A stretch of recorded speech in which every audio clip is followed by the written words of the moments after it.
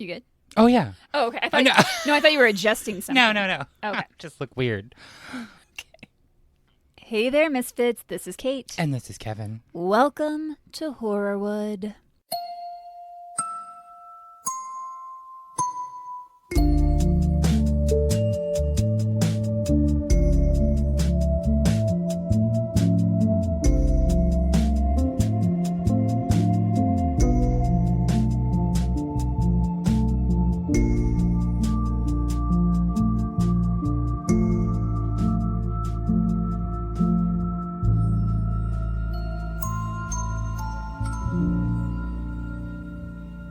Misfit Murderinos. Murderino edition. How's everybody doing out there? What y'all up to? It is hot. Hot as fuck. It is so hot.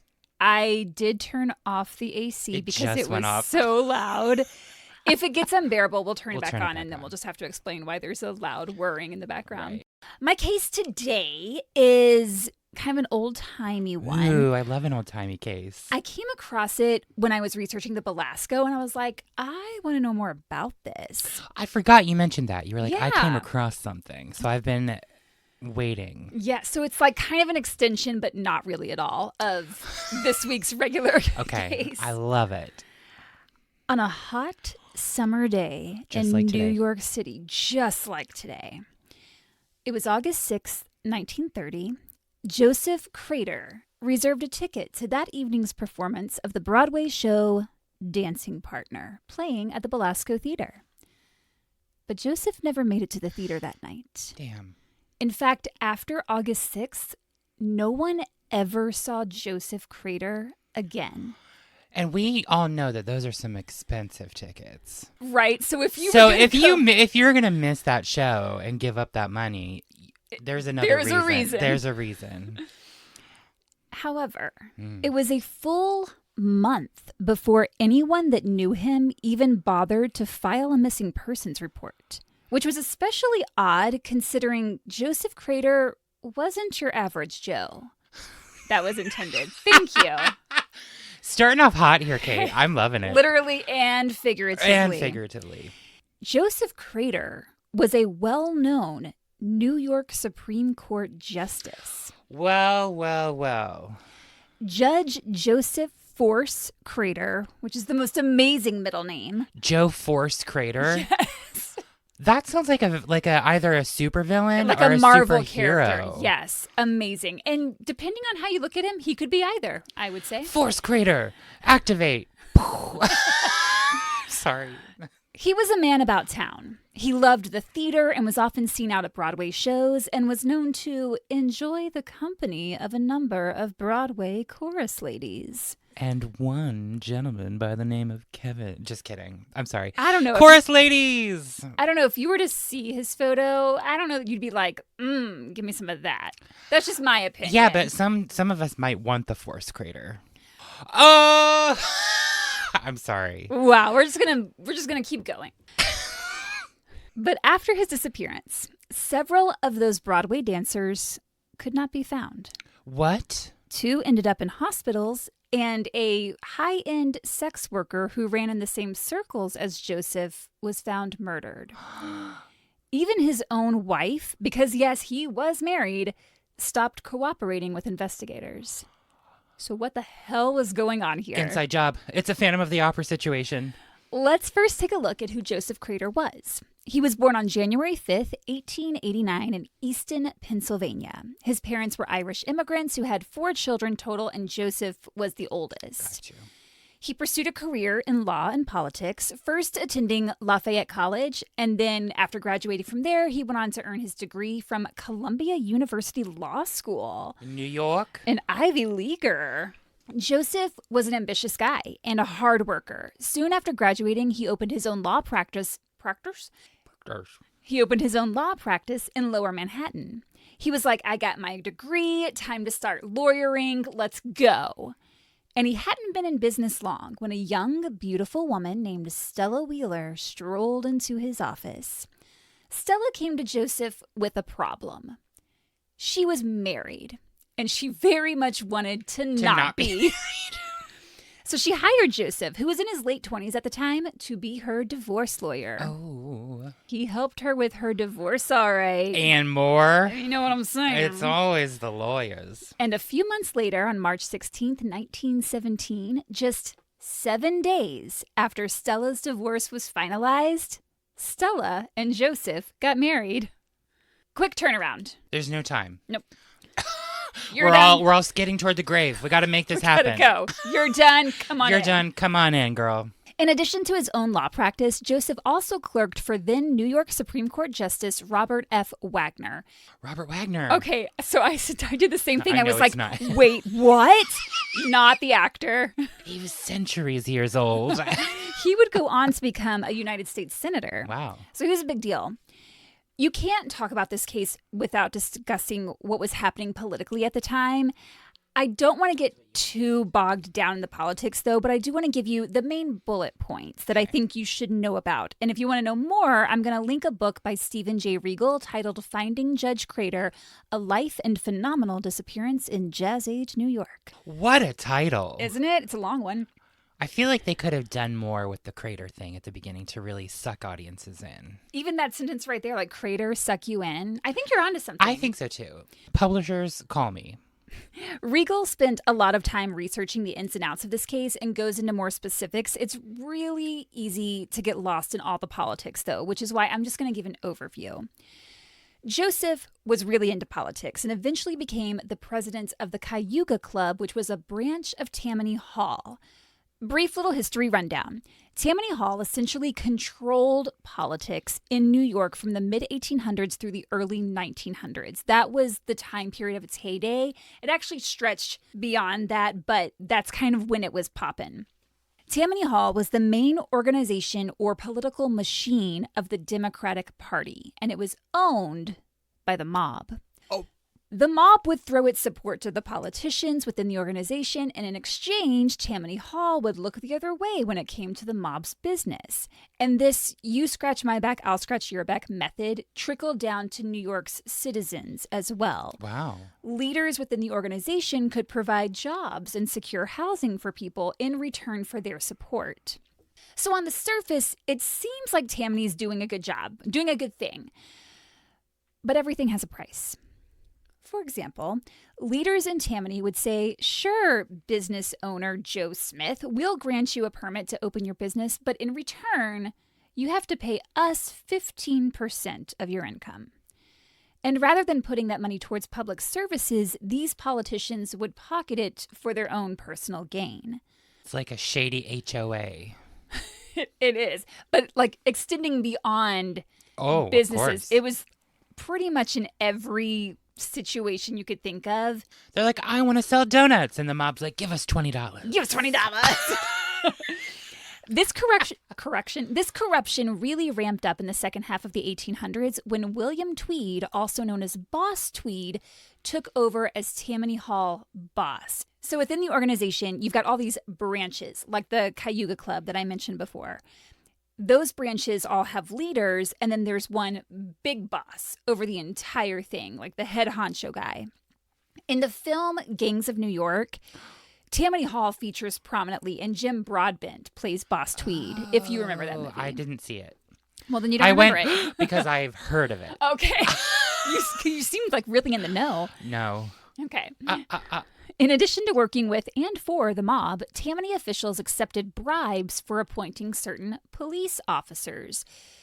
It seemed like every official had someone in their pocket who could help them make money and further their career. And Joseph Crater was a smart guy. He knew what being part of Tammany Hall could do for him. So he joined up with district leader Martin Healy and became his right-hand man. And thanks to his new connections, his law practice flourished. Oh, well, hell yeah. You got a lawyer in there? Everybody's like, what can I do for you, sir? That's exactly it. He was appointed receiverships, guardianships, and over time, these got bigger and bigger. And his wallet got fatter and fatter. Yeah. He and Stella purchased a sweet new apartment on Fifth Avenue. Some of the amenities included a fireplace and mechanical refrigeration. Oh, right. Early times. Yes. I was like, what the fuck? A fridge. They enjoy the New York City nightlife, often attending Broadway shows together. It's the roaring 20s, it's the jazz age, and Broadway is popping off. And being a rich, prominent white man, Joseph Crater has access to all the theater and nightclubs he could ask for. Oh my God, that sounds amazing. Goals, hashtag.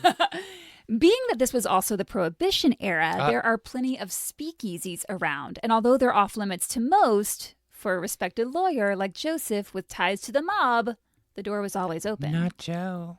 Come on in. And considering that most of these speakeasies are owned by the mob, and he's in Tammany, which is in with the mob, like they're all shaking hands with each other. Shaking it up. A bit like shake and bake. On any given night, you could find mobsters hanging with movie stars like Charlie Chaplin and famous athletes like Babe Ruth, along with high-ranking political officials and any number of Broadway showgirls. There's an article I'll link titled The Lurid History of Broadway in the 1920s. Must read. It's a short article, so. Still must read. And in it, the author writes, "It was a blur of actions and a pit of glittering debauchery." Glittering debauchery. Doesn't that sound amazing? It does. And Joseph Crater loved it, often leaving his wife at home so he could spend the evening with a chorus girl of his choosing, eventually earning himself the nickname Good Time Joe. Turns out Joseph had several girlfriends. I'm not really sure why. I assume it was his money and power, because physically, I don't know. You keep calling him an uggo. I need to see this picture, man. This picture of this man. Picture man. I'll just give you like a brief rundown. Yeah. He was 6 feet tall, so not like super tall, not super short, kind of average-ish. 220 pounds, but with what's described as an unusually small head and a very skinny neck. I don't know what that means. He was 41 at the time of his... why can't I say that again? He was 41 at the time of his disappearance in 1930, but in his picture, he looks like he's in his late 50s, maybe. He definitely looks older than what he was. He wore his hair parted down the middle and slicked back, which was maybe the look back then, but it is not a good one. And surprisingly, he had a full set of false teeth at 41. Upper and lower dentures. What was going on with that oral hygiene? Oh, God. But the ladies were into him. So old Good Time Joe seems to have everything going for him. Even with the stock market crash of 1929 and the onset of the Great Depression, the Craters seemed unaffected financially. They even added to their luxurious home by hiring a chauffeur, a cook, and a maid. And why not? Things were looking really good for Joseph's career because he'd just been given a major boost by none other than New York's governor at the time, Franklin Delano Roosevelt. FDR. At the beginning of 1930, FDR needed to appoint someone to fill a vacated seat by a New York Supreme Court justice. Oh, here we go. This person would serve the interim until the general election that November. Sure. And every group in the city had a list of candidates they wanted FDR to consider. Tammany Hall had their list, the New York Bar Association had their list, New York citizens had theirs. Joseph Crater wasn't anyone's first choice, which is exactly why FDR picked him. FDR had a tough race ahead of him to get reelected as governor, and if he didn't get reelected, his hopes of being the Democratic presidential nominee in 1932 would go down the drain. Out the window. So he didn't want to show favor toward any one particular group. By appointing Crater, he was playing it safe. Crater was definitely qualified, no one could argue that, and the fact that he had clerked for Robert Wagner, now a U.S. senator, played a big role in FDR selecting him. Everyone was like, yeah, he's not who I would have gone with, but actually he's a great choice. Yeah, get into it. So Joseph was a shoo-in to getting elected to a full 14-year term that fall, which came with a $22,500 salary. Today, that's more than $400,000 that he would be making per year. So not bad. To celebrate his new appointment, he said to Stella, "Hey, wifey, let's spend the summer at our vacation home in Maine, because, you know, we have more than one home." We're in Maine. Belgrade Lakes. Ooh. Beginning in June, the court was in recess for the summer and would be back in session August 25th. Mm-hmm. And as the newly appointed justice, he had the honor of opening the session, which he was really looking forward to. So Stella and Joseph go to Maine. They enjoy relaxing and barbecuing and boating. And then in July, as they're having a casual day at their vacation home, reading the newspaper, they see that New York District Attorney Thomas Crane is charging Tammany Hall leader Martin Healy with selling judgeships. Oh. If you remember, Joseph was Martin Healy's right-hand man. Mm-hmm. So Joseph tells Stella, I'm going to go head back to the city for a couple of days just to counsel Martin on these legal issues. He didn't seem particularly bothered by the accusations, one of which was that city magistrate George Ewald had paid Healy $10,000 to secure a job. That was an entire year's salary for Ewald. It was an unofficial official practice that high-ranking men would pay Tammany Hall a year's worth of salary in order to get elected to the office they wanted, or get the promotion they were up for, or whatever, because Tammany had a lot of power. Tammany Hall, of course, claimed they weren't selling positions. Any money received was a donation that went toward public services, but we already know the public was not getting that money. So Joseph goes to New York to talk things over with his buddy, and while he was there, he thought, how about a trip to Atlantic City? Might as well have a little fun while I'm here. He went with friends and, of course, some of Broadway's chorus girls. He's been away from his wife for a day, and he's already in the arms of another woman. Or women. Multiple were listed as going with him. It wasn't strange to Stella that Joseph went back to New York. He'd actually been making trips back and forth for various business dealings and, unbeknownst to Stella, getting some time in with his girlfriends whenever he had the chance. Making him clean his false teeth. Gross. During one of these New York trips, Joseph caught a performance of the show Artists and Models. The show ran at New York's Majestic Theater from June 10th through July 1st before going on tour. Say those dates again. June 10th through July 1st. What year? 1930. Okay, sorry. The Majestic comes up in my story. Oh, interesting. It's like Real quick, yeah. Ooh. This was a review put on by the Schubert brothers. The Schubert family was the most powerful family in theater at the time. They owned a ton of theaters, still do. The attorney for the Schuberts, William Klein, was a good friend of Joseph Crater. And William Klein was known to introduce some of Broadway's chorus ladies to high-ranking businessmen. In return, he would ask for professional favors. So there's a lot of ickiness going around. The show Artists and Models was the first review to feature naked women in movement, walking and dancing on stage. Prior to this, any female nudity shown on a Broadway stage, like in Ziegfeld Follies, was done with the woman in pose and not moving. So this show was kind of scandalous. Oh, shit. So you could be on stage, everything out, but just be like in a pose. Because that seemed more like an artwork, like a picture, as opposed to just... And now we're running around shaking them titties. Yep. Yes. Queen. So no surprise here. Audiences loved it. One of the women in the chorus was Sally Lou Ritz. Sally was a girlfriend of William Klein. Oh my God, that just sounds like an old-timey, me and Sally Lou were down at the speakeasy. It wasn't even her real name, and that was actually what made researching this episode a little tricky. Really? Because all of the women that were dancing in these shows often used different names. Oh, yeah, so sense. Got a little tricky, but Sally was... I still love Sally Lou Ritz. That's an amazing name. I love it. Sally was a girlfriend of William Klein, the Schubert's lawyer. Oh, yeah. And sources say she was also known to casually hook up with Joseph. Okay. Like Klein would be like, oh, you like my girl? You can have her for a day if you give me XYZ. That's what was going on. I don't love that. No. That's like treating women as property. Yeah, it was not an uncommon thing. There's an episode on this case in season 4 of History's Greatest Mysteries. Wow.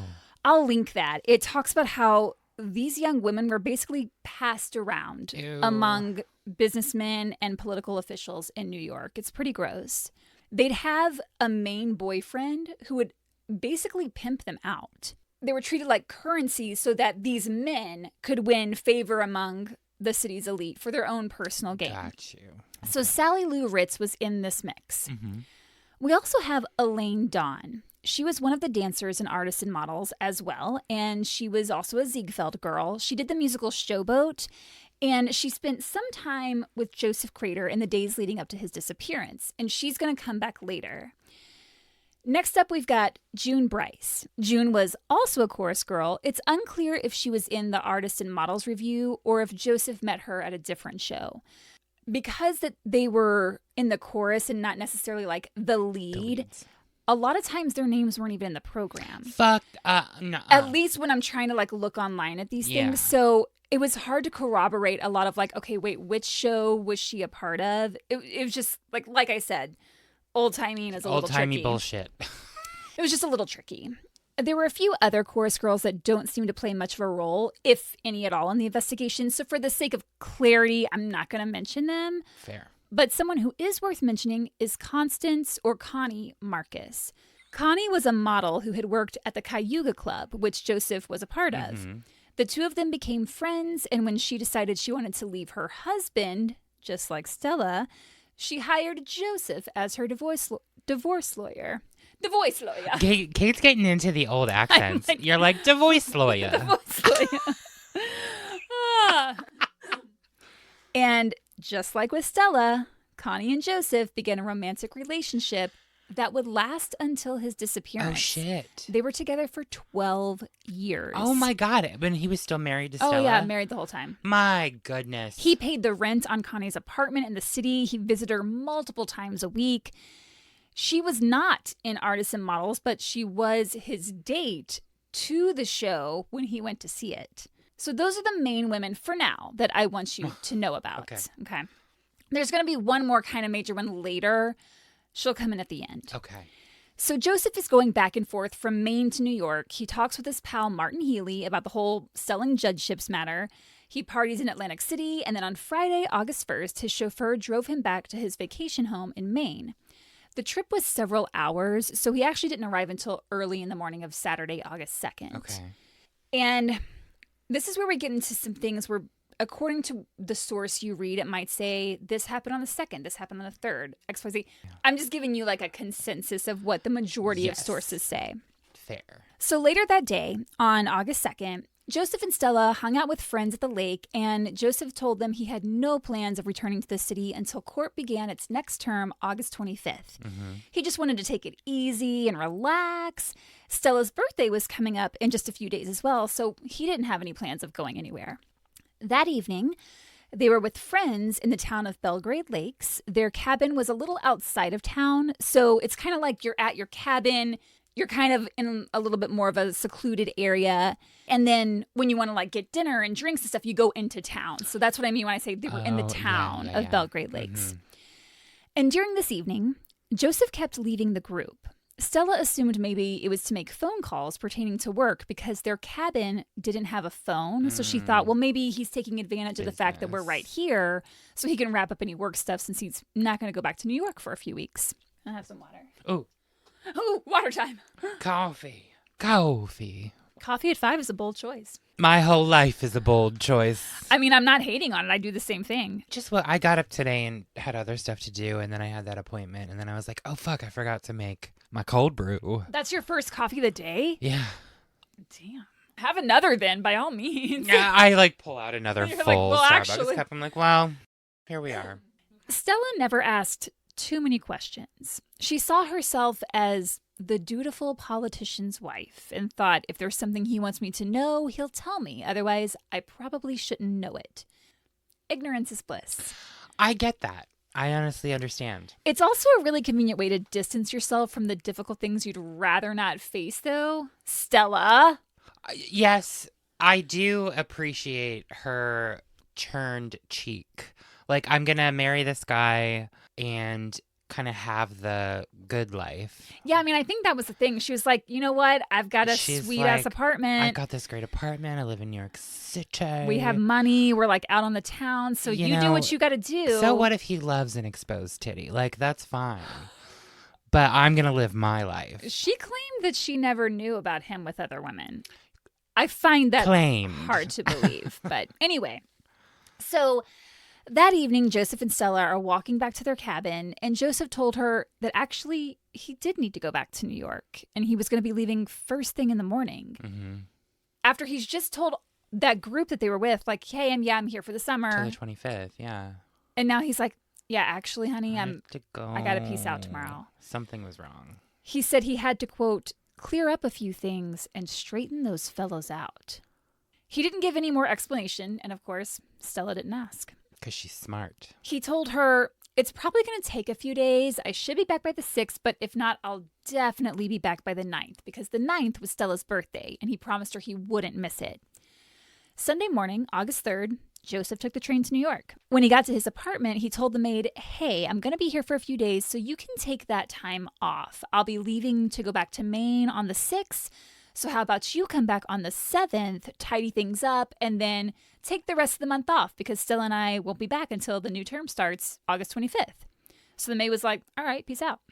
And Joseph was right that he would be leaving on the 6th, but he would not be back. We know that on Monday, Joseph worked most of the day in his office, but he did go to the doctor to tend to a finger on his right hand that had been crushed in a car door when he was in Atlantic City. Oh, I thought you were going to say like a little finger had started growing out of his other finger. Have you ever seen that? Why would I say I don't that? know. Of all the things, that's what you came up with. Yeah, that scared me. I don't go. It would scare me. If I woke up and a 6th finger was growing out of my hand. I'd be like, let me see how many cups I can hold. Why would you send me to hold more cups? Here you go. I apologize.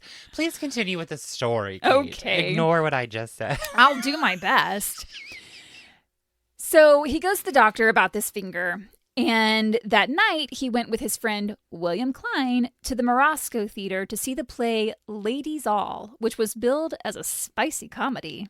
They're just getting away with all types of shit up on those stages. Oh, yeah. They're like, let's see how far we can push it. Yeah. I mean, audiences were still They were coming gobbling to see it down. And after the show, the two went to a nightclub called Club Abbey. The Abbey was a mobster-owned hidden speakeasy in the basement of the Hotel Harding. The hotel was residence to gangsters like Jack Legs Diamond, playwrights, showgirls, and actresses. Mae West even had an apartment there. Oh. Elaine Dawn was a dancer at Club Abbey. She would head there once she finished whatever Broadway show she was working on at the time. Most people knew her from Showboat. Like I mentioned, she was in that before. That had been a big success, so she really stood out in that show. And good. She was kind of well known. And Joseph was spending as much time as he could with Elaine while he was in town. The next day, Tuesday the 5th, we know that Joseph once again spent most of it working in his office. He had lunch with a couple of state Supreme Court justices, and that night he went to the home of his physician, the same one who had treated his finger. They were apparently good friends. They had dinner together and they played some poker. Which brings us to Wednesday, August 6th. It was hot that day. The high in New York was 94 degrees, very much like Today? we are feeling right here in Chicago. New York was going through an extreme heat spell. Joseph had asked his law clerk, Frederick Johnson, and deputy clerk Joseph Mara to meet him at his office. He had something he needed their help with. The courthouse was mostly vacant since court was in recess, so it was pretty quiet in the building. Both Johnson and Mara noticed that Joseph seemed bothered by something that morning, but they didn't know what. Joseph spent most of the time alone in his private office with the door closed. The two men outside the door could hear Joseph opening desk drawers and taking out like files and papers. He's in there just frantically tearing his office apart, going through documents. Then at one point, he comes out and hands Mara 2 personal checks totaling more than $5,000, which today is more than $94,000. And he tells him, I need you to cash these 2 checks at 2 different banks. Don't ask questions. Don't be suspicious. Don't be suspicious.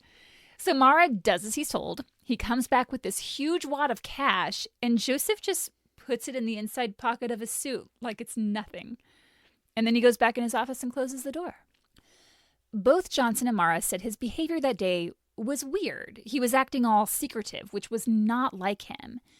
While in his office, Joseph threw out a bunch of documents and cleared out his desk. He then packed up two briefcases with what we don't know, but I would assume it's more documents. He also stuffed a bunch of papers into some folders. Some sources say he also had some boxes full of documents. And he opens his office door and is like, hey, Mara, can you carry these briefcases and folders and all this shit for me and come with me to my apartment? So Mara's like, sure, I guess. Yeah. Meanwhile, Johnson stayed behind and closed up the office. So Joseph and Mara walk out to the entrance of the courthouse, and there's a flight of steps from the entrance down to the street. And Joseph tells him, okay, you take all this stuff down and hail a cab, and then once you get one, I'll come down. And Mara's like, weird, but okay. So Mara takes all the documents, the briefcases, everything. He walks down the steps. He hails a cab. Once the cab pulls over, Joseph, who had been hiding behind one of the columns at the top of the steps, runs down and is like glancing in every direction like he's scared of something. He looks completely paranoid, like he's afraid someone's going to see him. And then on the car ride back to his apartment, he was completely silent, which was not like him. Joseph was a very talkative guy. Okay. So they get to Joseph's apartment, and he made Mara carry all the briefcases and folders and everything up. And once inside, Joseph said, okay, you can just put those on the chair in the living room. And then he said, I'm heading up to Westchester later. I'll see you back at the office tomorrow. And Mara was like, oh, okay. And as he turns to leave, Joseph again says, I'm going up to Westchester. That's what I'm doing. I'm heading to Westchester. He told him twice. Like, just making sure you know that my plan is to go to Westchester. There wasn't much in Westchester aside from the beach, really. So Mara assumed he was going there to go swimming or something since it had been so hot lately. Around lunchtime, Joseph made a call to attorney Reginald Isaacs to discuss a case and to also talk about money Isaacs owed him. He was like, when are you going to get me that $1,000? It was a quick call, and it's unclear what the $1,000 was for. The next thing we know about Joseph's whereabouts is that around 6 p.m., he went to the ticket agency and reserved that ticket for the show Dancing Partner at the Belasco. The ticket agent was a friend of Joseph's named Joseph Gransky. There are so many Josephs in this story. Gransky, you're so fed up with it. Gransky thought it was weird that Joseph was buying a ticket for Dancing Partner because he knew that Joseph had already seen that show. He knew this because he had actually seen it with him 10 days earlier when they saw it in previews in Atlantic City. But Gransky decided not to question his friend. He just assured him, yes, your ticket will be waiting for you at the box office tonight. And Joseph mentioned he would be returning to Maine soon. Prior to the show, Joseph went to Billy Haas's Chop House. He said hi to Bill, the owner, who was a friend of his, but Bill noted something was off. Sitting near the door of the restaurant having dinner were Joseph's friend William Klein and dancer Sally Lou Ritz. And they were like, Joe, hey, buddy, how's it going? Come sit with us. But Joseph seemed a little hesitant, like he hadn't expected to see them there, and was actually a little upset that he saw them. What? Yeah, you're like, what? Because they're friends. Like, they're super close. And this is a common place for all of them people, so, like, why even go if you don't want to run into anyone? Exactly. So it's weird that he had this, like, you know, kind of off-putting attitude about it. Reluctantly, he agreed to join them. And Klein thought his friend looked, quote, nervous and disturbed, but didn't know why. And Sally described him as being somewhat depressed during dinner. At 8:40 p.m., the show Dancing Partner began at the Belasco. But Joseph wasn't there. He was still at the Chop House. And he didn't say anything to Klein or Sally about needing to, you know, head over to the show. Yeah. At 9:15, the group finished up their dinner and got up to leave. Klein and Sally said they watched Joseph get into a cab and they walked in the opposite direction. But the Belasco was only about 2 blocks from the restaurant, so it'd be odd if he had planned to take a cab there. Unless he was just like really full and was like, ugh, I got the meat sweats, I can't move, you know. Later, however, Klein and Sally changed their story. Whoa, why? What? They said it was actually them that had gotten into the cab, and they last saw Joseph walking down the street. Regardless, whether he got into the cab or was walking down the street, they both said he was heading west. It was a one-way street heading west, so the cab would have had to go that way. When they changed their story and said that he was walking west. The Belasco was east. So that doesn't make sense. It doesn't make any sense. So we don't really know his mode of transportation after leaving the restaurant, other than the fact that Klein and Sally were reportedly the last people to ever see Joseph Crater again. When Joseph didn't return to Maine on the 6th, like he said he would, Stella wasn't too concerned because he had said if he wasn't home on the 6th, he would definitely be home by her birthday on the 9th. But the 9th rolled around and there was no sign of him. Stella did, however, receive a red canoe that was delivered, a birthday present from Joseph. Presumably the canoe was meant to be something they could enjoy while on vacation. But despite the gift, she was pissed that he missed her birthday. She was like, cool canoe, but where the hell's my husband? A few days passed by and still no word from Joseph. So Stella starts making some phone calls. She phones Simon Rifkind, a colleague of his, and asks, hey, have you seen Joseph? And after checking with Joseph's law clerk, Frederick Johnson, he assures Stella that, yes, Joseph's fine. He should be back soon. Neither Johnson nor Rifkind knew where Joseph was, but they'd had to cover for him before when he was off with another woman. So they were just like, uh-oh, he's probably having a little fling. Nothing to see here. So Stella's relieved. She's like, great, his associates say he's fine. Nothing to worry about. A few more days pass, and Stella starts feeling like something isn't quite right. So she asks their chauffeur, Fred Kaler, if he would drive to New York and just swing by the office, swing by the apartment, make sure everything is okay. So Kaler goes to New York, and after asking around, he contacts Stella and says, well, I haven't seen Mr. Crater, but everyone says he's been around and he's all right. And Stella's like, okay, I'll just be over here waiting for him so we can ride in this fucking canoe, I guess. Then August 25th arrives, the opening of the Supreme Court in which Joseph was supposed to be the presiding judge, but he was a no-show. This is when his colleagues start to worry because even if he was having a fling somewhere, he would have been back for opening day. Like, this was something he'd been looking forward to. It was really important that he be there. He wouldn't just voluntarily skip it. So they call Stella in Maine and tell her Joseph didn't show up. Now she knows something's wrong. Yeah. But oddly, she waited 3 days before having Kaler drive her to the city to help search for her husband. Still, no one has reported he's missing to the police yet. His associates were worried that if he was up to something scandalous, it could wreck his career, and Stella agreed with them that they should keep his disappearance on the down low for the time being. Okay, that makes sense. It does make sense, but also, if I were Stella, I'd be like, where the fuck is my husband? What's weird is that in every source I read, they all talk about how Stella and Joseph had this great marriage and were very devoted to each other, but he's cheating on her constantly. They don't communicate very well. He keeps her out of the loop about pretty much everything having to do with his work. If I were Stella and I couldn't get in touch with my husband and he didn't show up for my birthday, despite promising he would, I would be calling the police. Be like, someone look for him. Yeah. But she was a dutiful politician's wife. And I'm sure, like we were saying earlier, she enjoyed that lifestyle. So if he was up to no good somewhere, she didn't want to jeopardize his career. There was a private search for him among his friends and colleagues. Rifkind had enlisted the help of Leo Lowenthal, a detective with the NYPD who knew Joseph very well.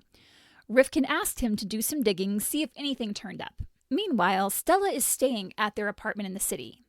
If I'm Stella, I'm looking through every drawer, every nook, and every cranny of that place to see if I can find anything that might be a clue as to where my husband is. She did note that he had left behind his pocket watch, his pen, and a monogrammed calling card case, which I think is what he would keep business cards in. Sure. Calling cards, business cards. And she said he was never without those items. He always carried them with him, so it was definitely weird that he left them behind. Stella's panicking, so she starts calling up everybody. She calls Mayor Walker, the same mayor we mentioned in the Belasco episode, who was a pallbearer at Belasco's funeral. Same mayor. She calls Martin Healy at Tammany Hall. She's asking everybody, have you seen Joseph?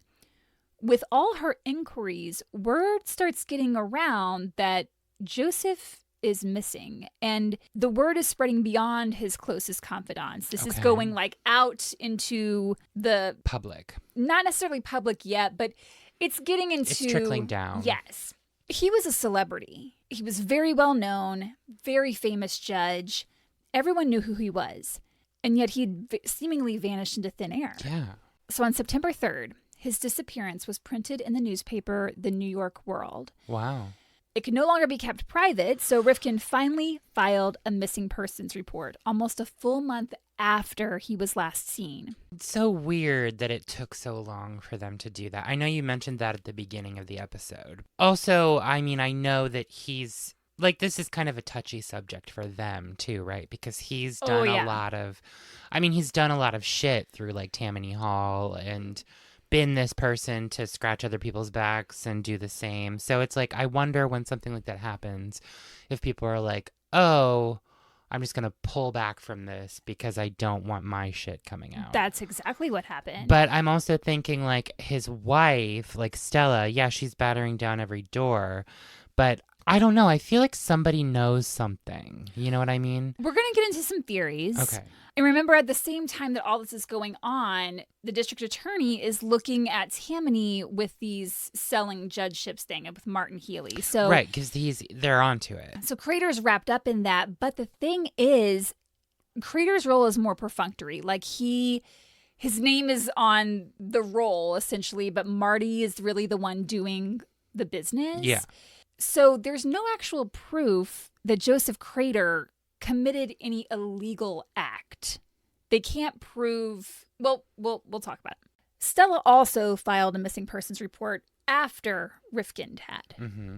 The official investigation began on September 4th, but to this day, he's never been found. There are several theories as to what might have happened, and most of them are plausible. So let's talk about the ones that, according to sources, hold the most weight. Okay. The first theory is that, as was suspected from the beginning, Joseph ran off with one of his girlfriends. Perhaps he asked Mara to cash those 2 checks so he could have some money to live on for a while without being traced. Police interviewed William Klein, who dined with Joseph the night he disappeared, and Klein told them he believed it was totally possible that Joseph ran off with a woman. It wouldn't be the first time. Yeah, but at the same time, like, a woman would have had to go missing at the same time, too, right? And if you remember at the top of this episode, several did. I don't remember. Great. Wow. Klein told investigators there was one dancer in particular that Joseph had been spending a lot of time with in the days leading up to August 6th, Elaine Dawn. Right. Elaine was young and beautiful, and Joseph had been lavishing her with gifts and jewelry that summer. So cops are like, cool, thanks so much. We'll follow up on this lead. Yeah. When they get to Elaine's residence, she's not there. Oh, okay. So the cops are like, oh, she's gone. Theory checks out. And the police commissioner, Edward Mulrooney, holds a press conference and says he left on his own free will. He cashed some checks, took his files. He's gone with his mistress. Obviously. End of story. Because like we were saying, the NYPD was very much intertwined with Tammany Hall, and both organizations had a lot of corruption running through them. Mm-hmm. Even if Joseph didn't commit any illegal act necessarily, surely he knew about what was happening there. So it didn't seem like the cops wanted to investigate things too deeply, and this theory of him running away with a girlfriend seemed legit enough that they were satisfied. Also, there's an election coming up, and Franklin Delano Roosevelt needs to get reelected as governor in order to get the presidential nomination. But should any scandal arise, his chances would be in jeopardy. So the fact that his hand-picked selection for Supreme Court justice is missing doesn't look good. And authorities are eager to close the case. He ran off with his girlfriend, that's that. FDR had a tough race ahead of him because citizens were tired of all the corruption going on within Tammany Hall, which was a Democratic organization. So Republicans had a good chance of winning several races that fall. FDR's biggest opponent for governor was Republican prosecutor Charles Tuttle.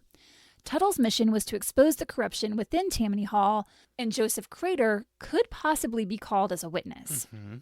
Tuttle had already found proof that George Ewald had paid Martin Healy for his government position, and Tuttle felt like surely Joseph Crater knew about that.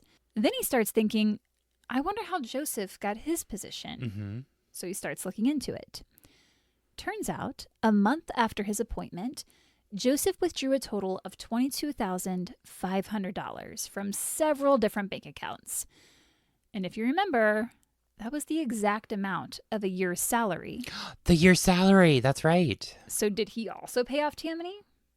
There's no proof. No proof, but it sounds like it. Well, it sounds like it.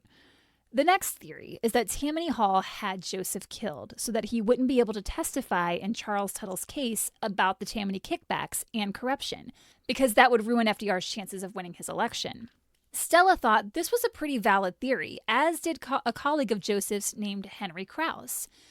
Krause had a home that he often let Joseph stay in, where he and Martin Healy would throw these big parties. Krause waited until 1954 to tell detectives this story, but said he needed to get it off his chest before he died. He told them that in 1930, he loaned his house out to Joseph and Healy for a party. His house was located in Westchester.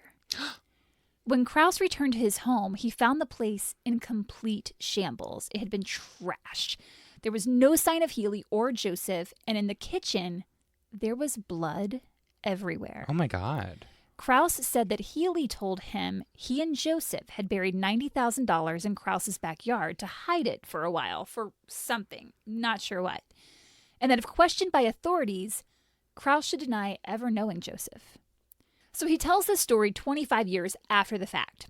Investigators basically wrote it off, but Life magazine paid to have the backyard dug up because Krause believed Joseph could be buried back there. But the dig turned up nothing. They didn't find any money. They didn't find any bodies. Nada.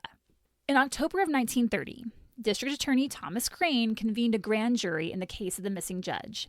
He was able to track down Elaine Dawn. So remember, she was missing. She was missing. And people thought she had run away with Joseph. But Elaine had not run away. She was actually in the hospital being treated for gonococcal arthritis in her knees, which is arthritis caused by gonorrhea. That's unfortunate. Also, probably didn't have good access to health care. Oh, I'm sure. The time. And I'm sure that STDs were running rampant in Broadway and basically the whole city because these girls are getting passed around. Yeah. Oh my God. Mm-hmm.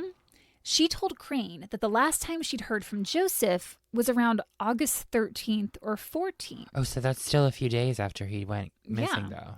When she received flowers from him via her roommate, Sally Lou Ritz. Sally Lou.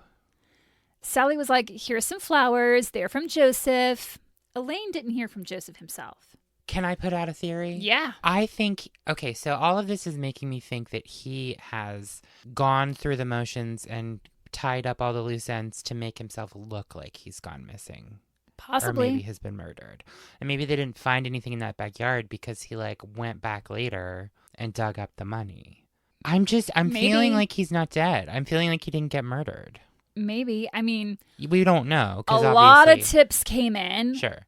I think they said over 16,000 tips. People all over the world were seeing Joseph Crater. He was in California digging for gold. He was in Cuba. Insane. Any man with a tiny head and fake teeth. They were like, Joe Crater. And the hair parted in the middle and slicked back. That's what does it for me. Kate loves that hairstyle. Give me more.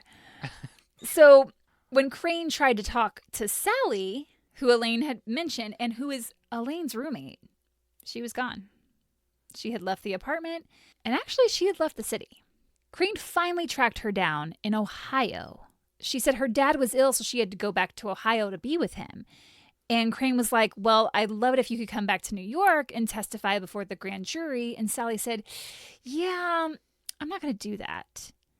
She never went back to New York and eventually moved to Los Angeles. Wow. While tracking down these Broadway chorus girls, investigators received an anonymous letter mentioning that in the days leading up to his disappearance, Joseph had been spending time with a dancer by the name of June Bryce. He was very busy that summer. There are so many, how do you have enough hours in the day for all of these different women? They find him. Several sources claimed that Joseph and June had plans to meet on the evening of his disappearance. But when investigators went looking for her so they could ask her some questions, she was nowhere to be found. Farts. They did, however, locate her roommate, who stated to police that Joseph did go to June's apartment that night. The roommate said that June had a dreadful secret about Joseph and that her life was being threatened because of it. The night before he disappeared, Joseph had met up with June, and June's boyfriend came over while Joseph was there, and they started arguing. And the guy said he would expose Joseph's relationship with June, which would be a huge scandal, unless Joseph paid him $5,000. Oh, like the amount of cash that he had to take out. Exactly. Okay. So this theory is that Joseph was killed in an extortion plot. Supposedly, according to the roommate, Joseph returned to June's the evening of the 6th with the money, but June's boyfriend upped the amount to $50,000. And when Joseph refused to pay it, June's boyfriend killed him. But the roommate didn't actually see all this go down. She said she was there at the beginning of the evening and heard a little of what was happening before she left, and June told her the rest. So no one really knows. Because of what the roommate stated, District Attorney Crane calls June to testify before the grand jury that fall. But she was gone. She went from hotel to hotel, changing her name at each one. But after a few weeks, she was admitted to a mental hospital under a different name with a nervous breakdown. And she remained there for years. Wow. And they didn't find her for a long time. So at this point, she's just missing to them. It wasn't until a private investigator hired by Stella tracked June down 9 years after the judge disappeared. Stella's attorney tried to interview June, but the hospital superintendent wouldn't allow it. She's still in the mental hospital.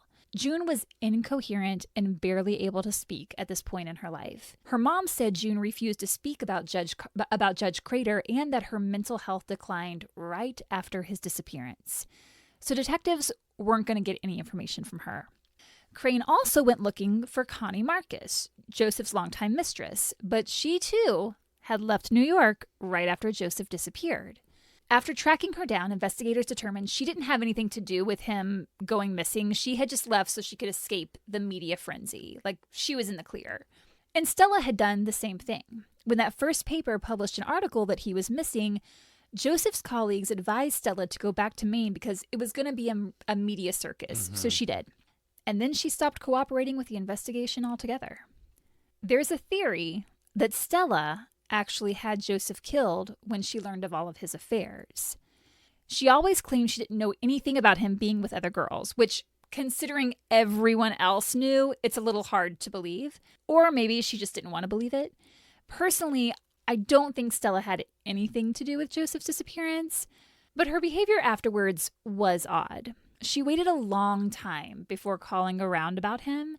It was a month before she filed a missing persons report, and she refused to testify before the grand jury. Everyone that knew him was testifying. It was an open grand jury for about 3 months. And Crane tried repeatedly to get her to come in, but she chose to stay in Maine where she could escape a subpoena. In January of 1931, just days after Crane dismissed the grand jury, Stella was like, I think I'm ready to go back to New York. Of course. And when she got back to her apartment there, which is the apartment she shared with Joseph, she called up investigators and is like, it's the strangest thing. I was just going through my nightstand here, and there are these large envelopes addressed to me from Joseph. His will is in here, leaving everything to me.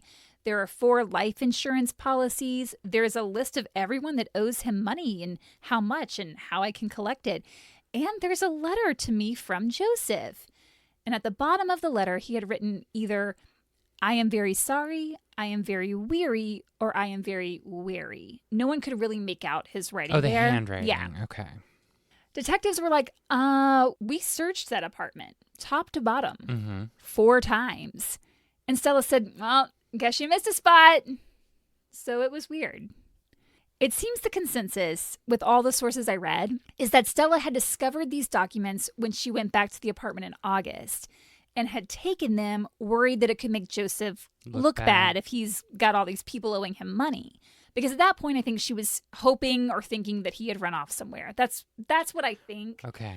And then when the threat of speaking before a grand jury was over, Stella felt like, okay, it's time to do something about these documents. Yeah. Of course, she couldn't collect any of that insurance money unless Joseph was actually dead, which at this point, investigators didn't know if that was the case. Yeah. He cast a wide net, so investigators were still looking at any possible connections. And it seemed a big one was Club Abbey. You've got gangsters, you've got celebrities, you've got politicians and showgirls.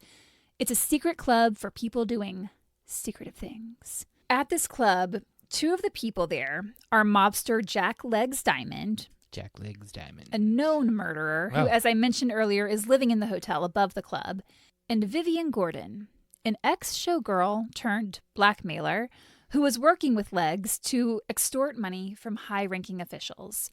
Vivian had an axe to grind because years prior, she had lost her daughter in a custody battle with her ex. Wow. So she made it her mission to take her anger out on cops and judges because she felt they were all corrupt and they were the reason her daughter was taken from her. She and Legs had a scheme where he would find these elite professionals to come to the club, introduce them to Vivian, and then she would lure them to her apartment and demand money from them, or else she would expose them for their scandalous behavior. Money, please. And then she and Legs would split the cash. There's a theory Legs wanted the judge to make a case go away that Legs was involved with, and he used Vivian Gordon to blackmail the judge. If Joseph didn't help him, Legs would expose him, or worse. Supposedly, Joseph looked into it and wasn't going to be able to make the case disappear, but offered Legs several $1,000s.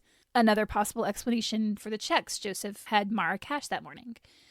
Legs rejected the cash offer and instead had the judge killed. That's a theory. Every time you say Legs, I know this is a Patreon episode, it makes me think of Baby Legs Sinclair. Oh, Baby Legs Sinclair. How you doing, hey, Baby Legs? When detectives looked into it, Joseph didn't have any cases pending except for a small one that didn't involve Legs Diamond, so the theory seemed to fall through. But in February of 1931, Vivian Gordon was found murdered right before she was set to testify against corruption within the NYPD. When investigators went to examine her apartment, they found a book with names of tons of men that had visited her. She had kept the receipts of everyone she and Legs supposedly blackmailed. And Joseph Crater was listed in that book. He was on there. It's interesting. I don't know if Legs had anything to do with it, but it's interesting. I mean, it's interesting enough. Yeah. I mean, all of this stuff is connected in like the weird, the weird underground of what's happening at the time. And if anyone could make a body disappear, it's a the mobster. mob. Yeah. Yeah. All the trails detectives followed in the case of Judge Crater led nowhere. They never found a body, never had a reliable witness come forward, and in 1940, Stella sued several insurance companies for the life insurance payout and also went after double indemnity clauses, which would have paid her twice the amount. But she could only get that if Joseph had been murdered. She could only get the double indemnity if it was proven that he was murdered. And she was trying to claim that he met his death by, quote, violent external means. But she had no proof of that. How would she know that? Yeah. And why would you put that out there? Yeah. So he died so violently. What? Stella? Yeah. She's trying to get that money. So she was forced to drop those suits. Sure. The case was officially closed in 1979. God. Yeah. And it was dead until 2005. Oh, shit. When a woman by the name of Barbara O'Brien, living in Queens, was appointed executor of her grandmother's estate. And when she was going through her grandmother's things, she found in a metal box an envelope that was sealed. And on the front of the envelope was written, R.E. Judge Crater's disappearance. Inside was a letter by the grandmother stating what her husband Robert Good had told her years prior before he passed away. He said that Joseph Crater had been murdered by a cop, that a man named Frank Burns had picked Joseph up in a taxi from Billy Haas's Chop House on the night of the 6th, and drove him to Coney Island, where they met up with Frank's brother, Charles Burns, a cop. They ended up killing him and burying his body underneath the boardwalk. Barbara remembered the Burns family, which is why this letter kind of like stood out to her. Wow. They lived behind her grandmother's house and would come over for dinner sometimes. Mm-hmm. So upon finding this letter, she turns it over to detectives. The location where the letter says the body is buried is now the location of the New York Aquarium. Apparently, there were reports of bodies found when they dug up the area for construction of the aquarium. But if that is true, those bodies were moved to unmarked graves. No one knows where they are. What the? Hey. If we dig up a bunch of bodies, don't just throw them in unmarked graves and not do anything with them. We've got science, girls. Times have changed, but like, I don't know. So investigators are like, can we even corroborate this story at all? Do the Burns brothers even exist? Mm-hmm. And they do. Okay. There was a Charles Burns who was a cop stationed at Coney Island, at the Coney Island precinct at that time. And there was a Frank Burns who was a taxi driver. Okay.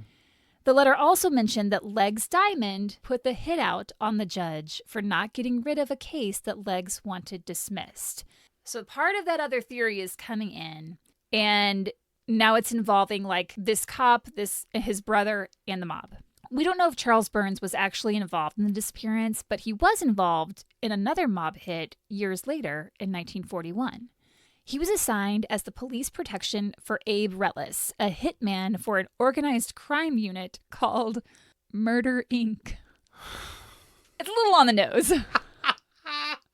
Rellis had become an informant and was set to testify against the mob. But under Burns' protection, the day Rellis was supposed to testify, he mysteriously fell to his death from the window of the room where Burns was, quote-unquote, protecting him. Mm-hmm. Joseph Crater has never been found, and neither have the documents he took from his office. And when they searched his safety deposit box, it had been emptied. He's mentioned a lot in pop culture. At that time, this was like nationwide news. Okay. And every comedian at the time had a joke about Judge Crater. So like if an audience member arrived late to this comedy show, the comedian would be like, "Oh, Mr. Crater, glad you could join us." So it's a common thing. Like it would be like, talk show host tonight, always having that in their monologue. Yeah. Several shows, including MASH and The Golden Girls, made references to Crater, and the show Archer in 2010 even has a line about him. That's such we're talking Such a long time ago. 80 years later when that show happened. Oh so, my God. And in 1933, Warner Brothers set up a publicity stunt for their film Bureau of Missing Persons. They promised to pay Judge Crater $10,000 if he showed up in person at the box office. He did not. Sure. And he was the inspiration for the 1947 film The Judge Steps Out, which is the name of an article as well that I use for one of the sources. Yeah. Because of the massive investigation that occurred with him and like the money that was spent and how long it took, he is dubbed the most missingest man in America. The missingest man in America. The most missingest man in America. Missingest. And that is the story of Joseph Force Crater. Force Crater. We don't know what happened to him. Yeah. I could see the diamond legs thing being plausible, of course. But I don't know. There just seems to be something else there. This is like an abridged version of all that's out there. Like, this case goes pretty deep. Sure. And it's just kind of wild that, like, all of these, Broadway performers are involved. They all flee as soon as it happens. There's like just a lot of underground dealings, and it's crazy. That's insane. Yeah. And that's it. Joe Crater. Force. Joe Force Crater. May the Joseph Force be with you. May he be somewhere. Or not. Yeah, or not. We don't know.